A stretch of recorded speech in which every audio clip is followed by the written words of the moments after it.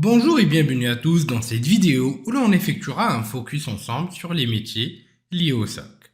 Je rappelle qu'un SOC pour Security Operations Center, c'est la dure réalité qu'on ne peut pas arrêter toutes les attaques. Et ça nous rappelle que malgré le fait qu'on va pouvoir déployer toutes les solutions de sécurité et de durcir notre périmètre défensif comme il le faut, on aura toujours des menaces qui vont passer entre les mailles du filet. À un moment ou à un autre, le système de sécurité le plus avancé du monde va pouvoir échouer. Et à de tels moments, la seule chose qui compte, c'est de limiter l'impact et sécuriser le scope qu'on surveille.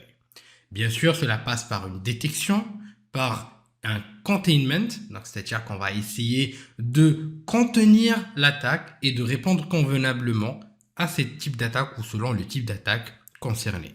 Eh bien, le SOC est là pour nous rappeler cette réalité et c'est son principal rôle. Rappelons que SOC, c'est pour Security Operations Center. C'est une fonction, c'est un hub centralisé au sein d'un organisme.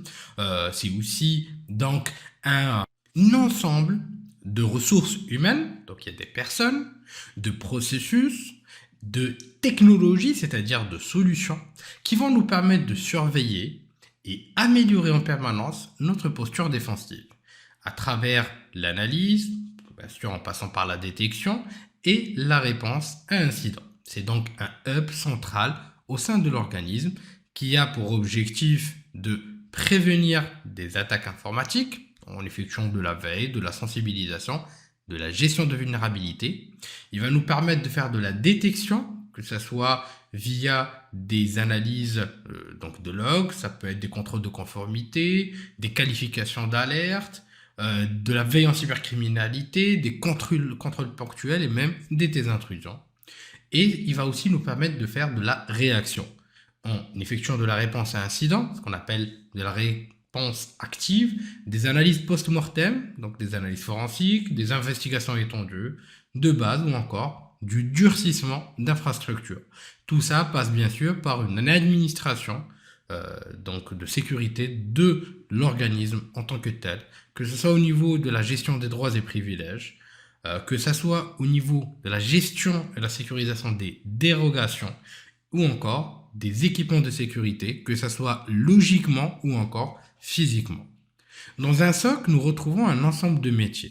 L'analyste SOC aujourd'hui représente un des postes les plus prisés dans le monde de la cybersécurité ou des métiers liés à la cybersécurité. Il joue un rôle essentiel dans l'organisme. Ce dernier possède plusieurs tâches selon l'organisme et l'organisation. Mais principalement, il va surveiller donc, le système d'information d'une entreprise. Il va aussi détecter toutes les activités suspectes ou malveillantes et proposer un plan d'action en cas d'incident de sécurité.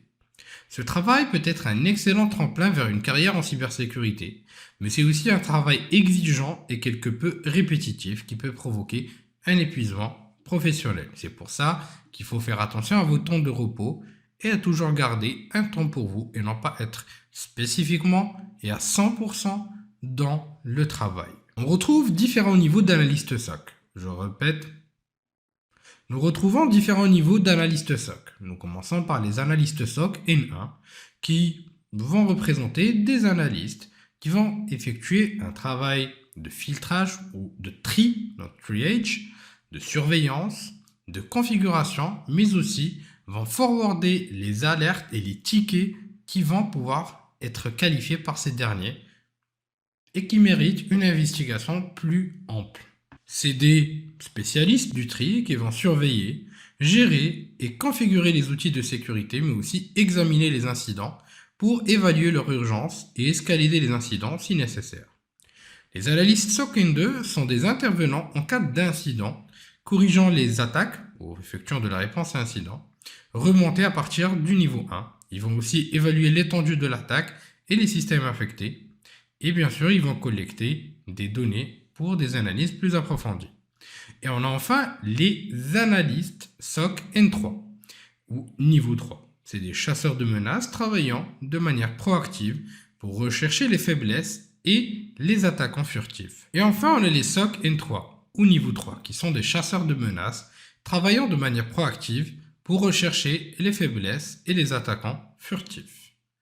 Ils effectuent régulièrement des chasses à la menace ou du threat hunting en se basant sur des hypothèses ou des objectifs. Ils effectuent aussi, dans certains cas, des tests d'intrusion et examinent les évaluations de vulnérabilité. Certaines analyses de niveau 3 se concentrent davantage sur des analyses approfondies des ensembles de données pour comprendre ce qui se passe pendant et après les attaques. On peut résumer le workflow de la data dans un SOC comme qui suit. Tout commence par de la surveillance, c'est-à-dire qu'on va récolter les logs à travers différents périphériques afin de pouvoir les analyser. Ça peut être des journaux système, du trafic réseau, des activités utilisateurs et ainsi de suite. Sur cette base-là, on passe à la deuxième phase qui va être une phase de corrélation. On va essayer d'extraire des motifs comportementaux, des indicateurs de compromission ou tout autre indicateur qui va nous permettre de déterminer si on est devant une action malicieuse ou pas. À ce moment-là, on arrive à la détection afin de pouvoir identifier tout comportement inhabituel, parfois caché. Cette détection d'anomalie peut aussi être effectuée sur une base d'apprentissage des modèles comportementaux ou encore de la détection de ce qu'on appelle des signaux faibles. Et enfin, on va essayer à ce moment-là de prioriser les actions à perpétrer selon la menace, la faiblesse ou l'attaque, en priorisant bien sûr les menaces les plus graves. Bien sûr, ceci va être effectué après avoir identifié la menace, c'est-à-dire si elle est crédible, si elle est sévère et si elle est pertinente. Cela va nous permettre aussi d'identifier les vraies menaces, des comportements suspects et bien sûr des faux positifs. On va donc prioriser les vraies menaces. Ensuite vient le rôle des comportements suspects où on a besoin d'investiguer de manière plus détaillée. Et vient au final le fait de se débarrasser des faux positifs. Nous en discuterons par la suite. Il faut souligner de manière très importante que le plus important dans tout ce processus, c'est la collecte des logs à partir de diverses sources. Plus on a de logs, bien sûr des logs qualifiés, pas de la pollution, parce qu'il y a des logs qui vont juste polluer. Il faut donc prioriser et catégoriser les logs à récupérer. Ce qu'il faut aussi noter, c'est que le SOC est le point de corrélation pour chaque événement enregistré au sein de l'organisation qui est surveillée. Et pour chacun de ces événements, le SOC doit décider de la manière dont ils seront gérés et mis en œuvre.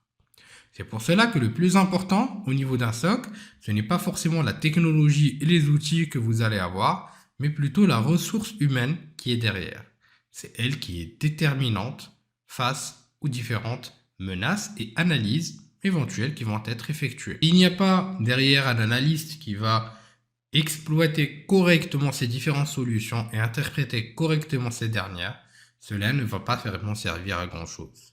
C'est pour cela que c'est beaucoup plus important de prioriser l'être humain, la compétence humaine, plutôt que la compétence, que les solutions techniques. Sur ce, je vous dis merci à vous et à bientôt pour une nouvelle vidéo sur Alform toujours.